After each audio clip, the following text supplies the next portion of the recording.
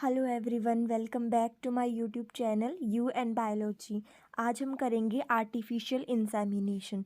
सो firstly artificial insemination यानी कि human की इंटरफेरेंस की वजह से हम इंसेमिनेशन करेंगे कैटल्स के अंदर। तो क्या होता है, introduction of semen in the female reproductive tract, इसको हम क्या बोलते हैं, इंसेमिनेशन। आर्टिफिशियल इंसेमिनेशन की जो प्रोसेस थी वो हमारी फर्स्ट डोमेस्टिकेटेड एनिमल्स के अंदर लजानो स्पेल बंजानी ने जो है इन्वेंटेड की थी, परफॉर्म की थी डॉग्स के ऊपर मेनली, और ये हमारी मोस्ट हाइजीनिक कंडीशन में होती हैं। अब मेन हम देखेंगे इसके प्रोसीजर क्या होते हैं बेसिकली, क्योंकि हमने देख लिया कि आर्टिफिशियल इंसेमिनेशन हमारी एक टेक्निक है जिसके अंदर हम सीमेन का इंट्रोडक्शन करेंगे, किसके अंदर, फीमेल जेनाइटल ट्रैक्ट के अंदर, एक प्रॉपर टाइम के अंदर, यानी कि जब फीमेल हमारी एस्ट्रा साइकिल में होगी with the help of instrument. तो मोस्ट हाइजीनिक हमारी आर्टिफिशियल इंसेमिनेशन जो प्रोसेस है होती है by the help of human, यानी कि आर्टिफिशियली।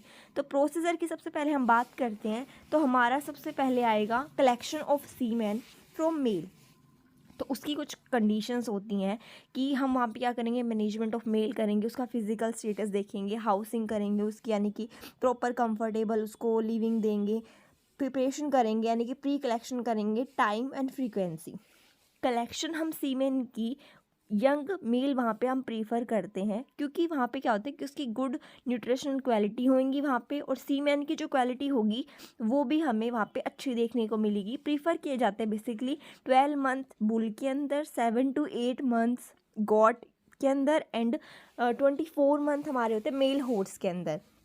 देन फिजिकल स्टेटस से हम क्या बात कर रहे हैं कि उसकी जो बेसिकली टेस्टिस होगी, उसकी जो सेक्सुअल डेवलपमेंट होगी वो डायरेक्टली रिलेशन रखेगी प्रोडक्शन पोटेंशियल ऑफ सीमेन में, और हम उसकी हाउसिंग कंफर्टेबल करेंगे, कन्वीनियंट करेंगे, ताकि एनिमल के लिए भी और हमारे जो हैंडलर्स होती हैं उनके लिए भी वो सेफ हो।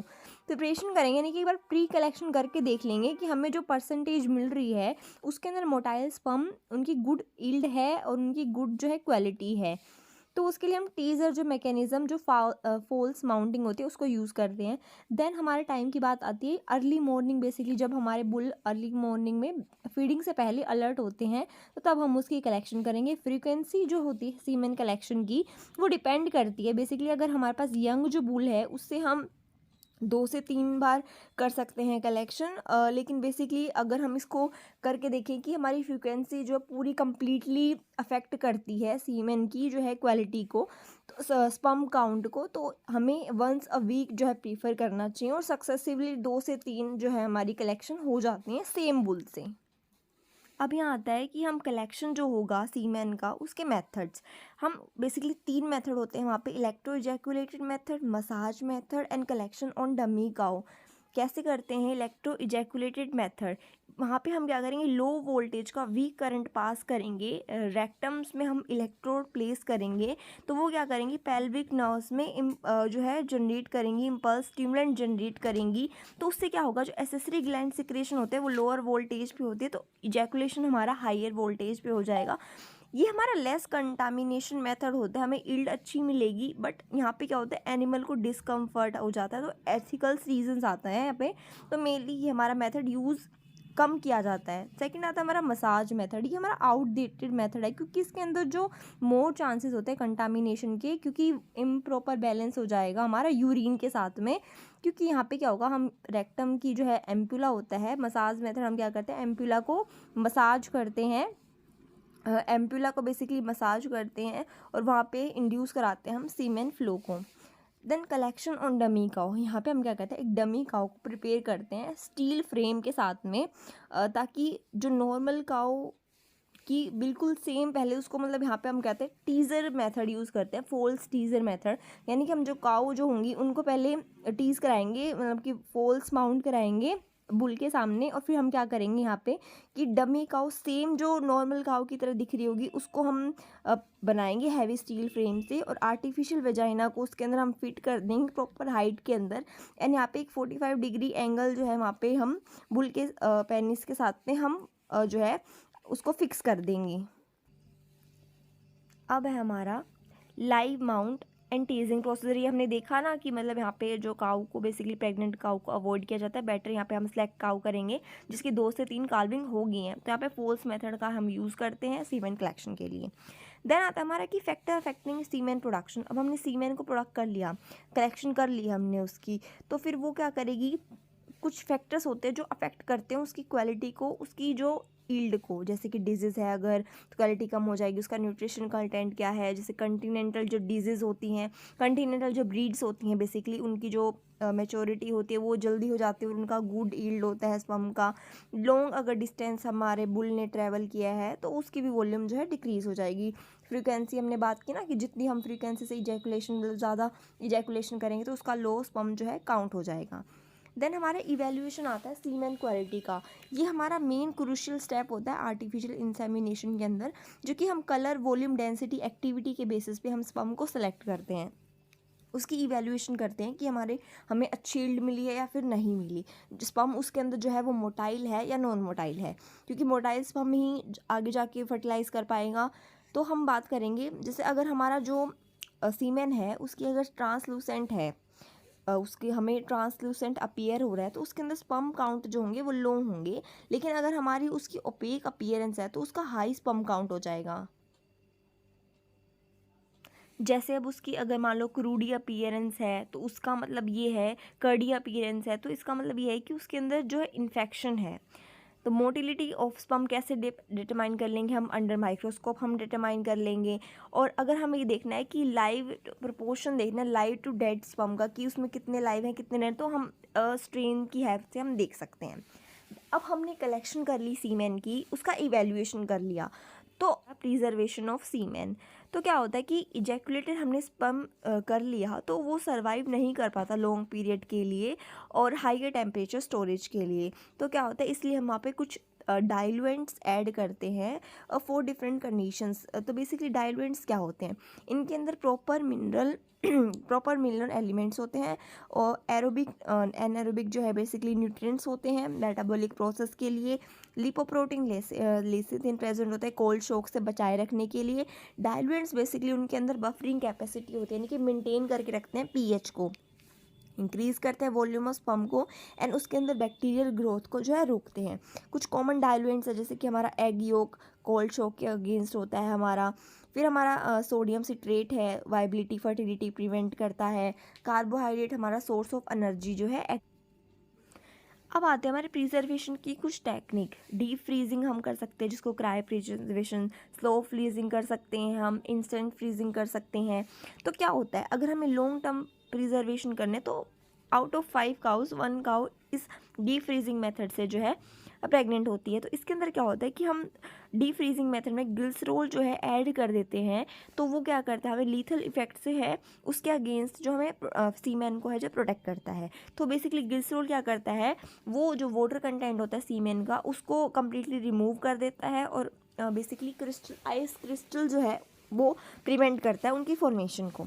स्लो फ्रीजिंग की बात कर रहे हैं तो स्लो फ्रीजिंग हम करते हैं आइस CO2 आइस और अल्कोहल में। देन हम वहाँ पे क्या करेंगे, लिक्विड नाइट्रोजन में उसको ट्रांसफ़र कर देंगे for long preservation. Instant freezing में क्या करते हैं, हम 5% शुगर सॉल्यूशन लेते हैं, उसके अंदर ग्लिसरॉल ऐड करते हैं।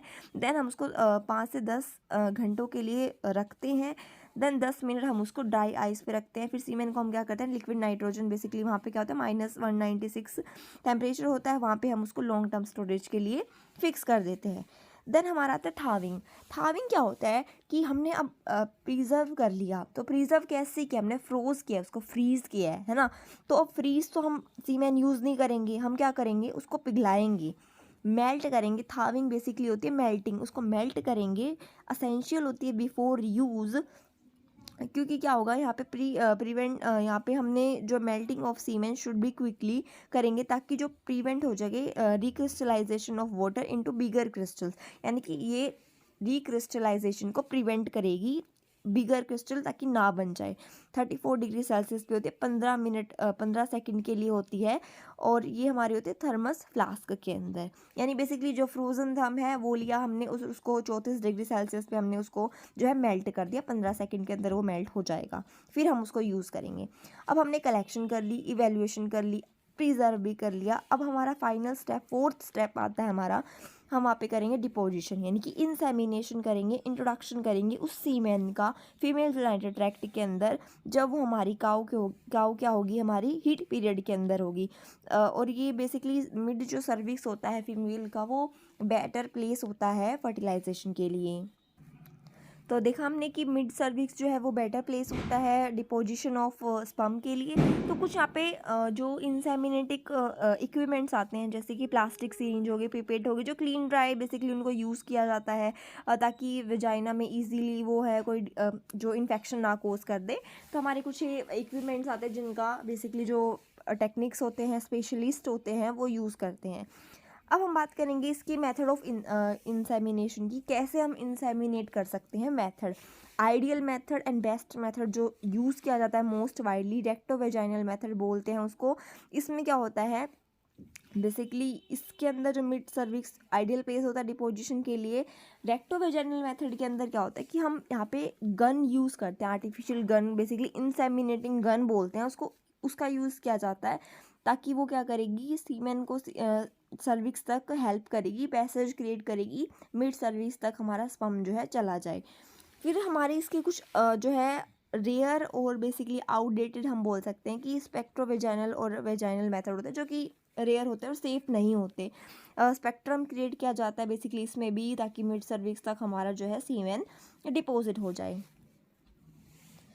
अब हमने ये सारे प्रोसीजर देखने के बाद कुछ इसकी मेरिट्स और कुछ इसकी डीमेरिट्स आती हैं। मेरिट्स में क्या होगा, जैसे कि हम अगर हमारा बुल जो है उसकी डेथ हो गई है तो हम उसका स्पर्म यूज़ कर सकते हैं, रेस कर सकते हैं एनिमल, सुपीरियर एनिमल को, स्मॉल क्वांटिटी बेसिकली इंसेमिनेट कर सकते हैं। सेम टाइम पे हम बेसिकली मोर फीमेल्स इंसेमिनेट कर सकते हैं सेम टाइम पे। गोल्डन टूल है इंसेमिनेशन का। तो कुछ 4 से 5 इसकी मेरिट्स आती हैं, आप इसको नोट कर लीजिएगा। मैं दोबारा बोल देती हूँ। Superior animal raised, small quantity of semen can inseminate many females, help in disease control, transport of semen easy होता है, more female can be inseminate and at same time. तो कुछ इसकी मेरिट्स होती हैं। अब इसकी डी मेरिट्स हैं कि मतलब इसके अंदर क्या होता है कि हमें वेल ट्रेन बेसिकली वेट की ज़रूरत होती है, प्रोफेशनल हमें चाहिए उस चीज़ के लिए। क्योंकि अगर हमारे पास प्रोफेशनल उस चीज़ के लिए नहीं है, यानी कि तो वो completely waste of time energy हो जाएगा, कॉस्टली होता है, डेंजर ऑफ कंटामिनेशन इसमें रह जाता है बेसिकली। अगर हम इसको इम्प्रॉपर वे से यूज़ कर रहे हैं तो फिर वो फर्टिलिटी पे अफेक्ट कर देता है। तो अगर आपको आर्टिफिशियल इंसेमिनेशन समझ आए तो प्लीज़ वीडियो को लाइक करें, शेयर करें एंड सब्सक्राइब करें। Thank you.